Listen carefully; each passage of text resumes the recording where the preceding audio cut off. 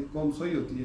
تو سوئی ہوئی قوم جو ہے علامہ اقبال نے ایسے تو نہیں کہا کہ اپنے اندر بیداری پیدا کرو, اپنے اندر کوئی حب پیدا کرو, کوئی کوشش پیدا کرو, صرف یہی چیز ہے.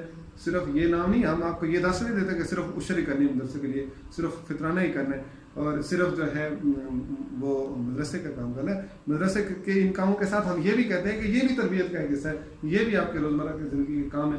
مہمان کو کس طرح کس انداز سے ڈیل کرنا ہے, یہ تو نہیں کہ وہ آئے تو دوبارہ وہ جس طرح حکیم صاحب نے کہا کہ ایسے آپ طالب علم بنو کہ چھوٹا ہے یا بڑا ہے یا امیر ہے یا غریب ہے یا وہ اس کا کوئی کسی جگہ سے معذور ہے تو اس کو اب نہ ملے تو وہ اپنے آپ میں کمی فیل کر کے دوبارہ آپ کے پاس آئے نہیں, بلکہ ایسے میں نے آج ہی یہ شعر پڑھا تھا کہ دنیا میں ایسے رہو کہ دنیا تم پر رش کرے اور جب دنیا سے جاؤ تو دنیا تم پر افسوس کرے. یہ تو نہیں ہے کہ یہ تو کوئی زندگی نہیں ہوئی کہ جی بس جی کھانا پینا اور سو جانا بس اللہ خیر صلی اللہ. نہیں, اپنے آپ کو میچور بناؤ, زندگی کے ہر مشکل اور ہر امتحانات کے لیے اپنے آپ کو تیار کرو, ہر امتحان سے نکلنے کے لیے اپنے اندر ثابت قدمی اور صبر پیدا کرو تاکہ جو ہے نا کوئی انسانیت وہ کیا کہتے ہیں نا جس کے اوپر جس کو اللہ پاک اپنا مقبول بندہ بناتا ہے تو اس کے اوپر امتحان بھی سخت لیتا ہے. تو اگر اللہ کے قرب حاصل کرنا ہے, اپنے آپ کو اللہ کا خاص بندہ بنانا ہے تو ان سب چیزوں کو فیس کرنے کے لیے اپنے آپ کے اندر قوت پیدا کرو. اپنے اندر ہی کچھ نہیں ہے تو کہنے والے تو کوئی کچھ کہہ رہا ہوتا ہے, کوئی کچھ کہہ رہا ہوتا ہے.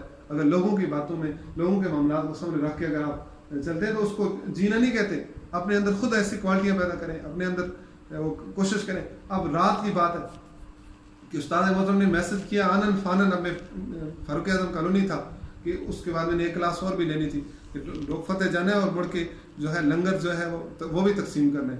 تو میں کلاسیں 3 اٹینڈ کر کے بھی آیا, ڈوک فتح افطاری بھی کر کے آیا اور استاد محترم کی گاڑی کے ساتھ جیسے وہ بلال آباد سے پہنچے میں بھی پہنچ گیا تھا. نماز میں نہیں آ پڑی اور لنگر تقسیم کر کے اس کے بعد میں اپنی کلاسیں لے کر پھر میں نے تراویح بھی پڑھائی.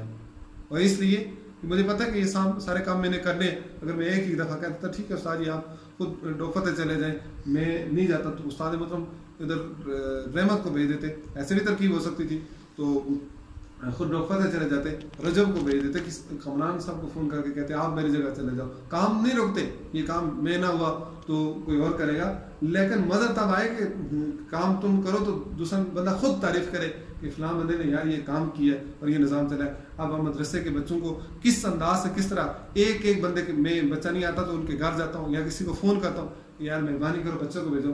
میں خدا کی قسم اٹھا کے کہتا ہوں جو اس وقت اسکول اور کالج کے اندر لاکھ تنخواہیں لے رہے ہیں وہ اس طرح نہیں بلاتے کہ جی آؤ بچوں کو پڑھاؤ. ہم تو فی سبیل اللہ پڑھا رہے ہیں, اس کے باوجود خود اپنے پاس سے فون کرتے ہیں کہ آؤ جی بچے کو بھیجو, کیوں نہیں آ رہا آپ کو بچہ, کیا مسئلہ ہے. تو اس بچے کو ہم یا تو مس گائیڈ کر کے یا اس کو غلط بریفنگ کر کے یا اس کو سزا دے کے, آج کا جو دور ہے وہ سزا کا نہیں ہے, اس کو ہم بھگا دیں تو پھر یہ مدرسے کی ہم ترقی کے لیے کام کر رہے ہیں. نہیں, ہم نے ہر پہلو سے مدرسے کے لیے دیکھنا ہے کہ کون سا پہلو جو ہے وہ ہمارے مدرسے کے لیے بہتر ہے, کون سا پہلو ہمارے مدرسے کے لیے منفی کردار ادا کر رہا ہے, کہاں سے ہم مس یوز ہو رہے ہیں, کہاں ہمیں کوئی یوز کر رہا ہے. کیا ہم اس کو مدرسے کی ترقی کا نام کہتے ہیں؟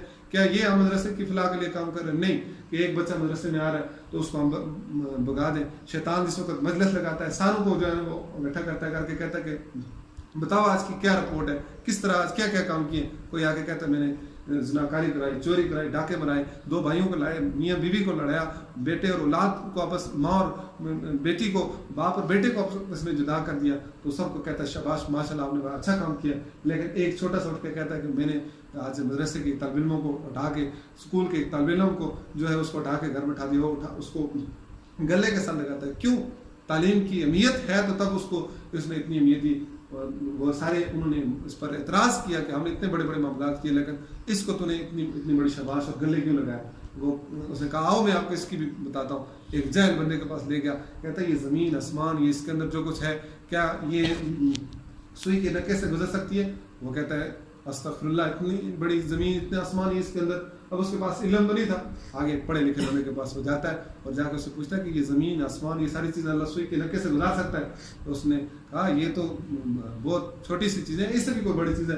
ان اللہ علیہ کل شیء قدیر, وہ ہر چیز پر قدرت رکھتا ہے, وہ چاہے تو اس سے بڑی چیزوں کو بھی سوئی کے نکے سے گزار سکتا ہے. اس کا مقصد یہ ہے کہ اس بندے کے پاس نالج تھا, اب آپ سے کوئی رمضان میں سوال کرتا ہے کہ جی ہم نے رمضان میں روزہ رکھا اور ہمیں اختلام ہو گیا، یہ میں مسئلہ دیتا ہوں، تو روزے پر کیا اثر پڑے گا، روزے میں کیا ہوگا، بندہ اعتکاف بیٹھا ہے اس کو کیا کرنا ہے. اب مسجد سے آپ ایک قدم اٹھا نہیں سکتے، ناپاکی کی صورت میں آپ اعتکاف بیٹھے ہوئے اگلا قدم اٹھا نہیں سکتے. اب آپ کو اس مسئلے کا حل نہیں آتا تو آپ اس کو کیا بتائیں گے، کیسے اسے بریف کریں گے؟ نہیں بتائیں گے تو پھر کیا کہ اپنا جو ہے نا وہ گلا نیچے جھکانا پڑے گا، اپنا سر جھکانا پڑے گا. اگر آپ کو آتا ہے تو آپ کہیں گے نہیں ایسا مسئلہ ایسا نہیں ہے. اب میں 9ویں روزے کی بات کرتا ہوں. ٹھیکدار دین صاحب نے تراویح پڑھائی، انہوں نے ایک کے بعد ایک یعنی کہ 5-7 سوال انہوں نے کیے اور بڑے مشکل سوال تھے. اگر مجھے وہ نہ آتا تو میں اگلے بندے کے سامنے بالکل نادم ہو جاتا. لیکن جب آئے تو اب اگلا بندہ سوال کرے گا تو وہ بھی سوچ کے کرے گا کہ یار اس بندے سے سوال کرنا ہے تو یہ جواب دے گا تو اس کا بڑا سخت جواب ہوگا. تو میں نے گفتگو کافی طویل کر لی ہے. ان سب باتوں کا کرنے یہ روز یہ باتیں ہوتی نہیں ہیں اور نہ روز کی میٹنگ ہوتی ہے. آج قدرتی طور پر ہم اکٹھے بیٹھ گئے ہیں تو ان باتوں کو اپنے دل و دماغ میں بٹھائیں. میری آپ سے کوئی دشمنی نہیں ہے، میری آپ سے یہ محبت ہے، یہ آپ سے ہمدردی ہے کہ اتنی اچھی چیزیں آپ کو اس لیے بتائیے. ان چیزوں پر عمل کر کے اپنی زندگی کو آگے نکالیں، آگے نکلنے کی کوشش کریں. جب آپ آگے نکلیں گے تو آپ کا نام روشن ہوگا، آپ کے والدین کا نام روشن ہوگا، آپ کے ادارے کا، آپ کے استاد کا نام روشن ہوگا. میرا یہی مشن ہے اور اسی پر انشاءاللہ زندگی کی آخری دم تک انشاءاللہ قائم رہیں گے. اور یہاں سے جب جائے گی تو صرف ایک ڈیڈ باڈی جائے گی. باقی اس دین اس مدرسے کے لیے جو کام کرنا پڑے، چاہے رات ہے دن ہے، کوئی انکاری نہیں. جس وقت جس ٹائم آپ آزما کے دیکھیں ادارے کے حوالے سے کوئی بھی کام ہے کہ فلان جگہ جانا ہے، کہیں دعا کرنی ہے، کہیں جنازہ پڑھانا ہے، نکاح، کوئی بھی اینی تھنگ، کوئی بھی چیز، تو انشاءاللہ منع نہ چیز حاضر ہے. یہ اس لیے یہ تربیت میرے استاد محترم حضرت علامہ مفتی ابوطیب رفاقت حقانی صاحب کی، اللہ ان کا سایہ شفقت جو ہے وہ قیامت کی صبح تک ہم پر قائم رکھے. کیونکہ یہ ہیں تو ان کے ساتھ ہماری باریں ہیں، یہ نہیں ہے تو ہم کچھ بھی نہیں ہیں. جس طرح صفر نکال دیا جائے تو وہ اس کی کوئی اہمیت نہیں ہے، اس کے آگے اگر کچھ لگاتے جائیں تو بڑھتے جاتا ہے. ہماری اہمیت جو ہے انہی سے شروع ہوتی ہے، انہی پہ ختم ہوتی ہے. وما توفیقی الا باللہ.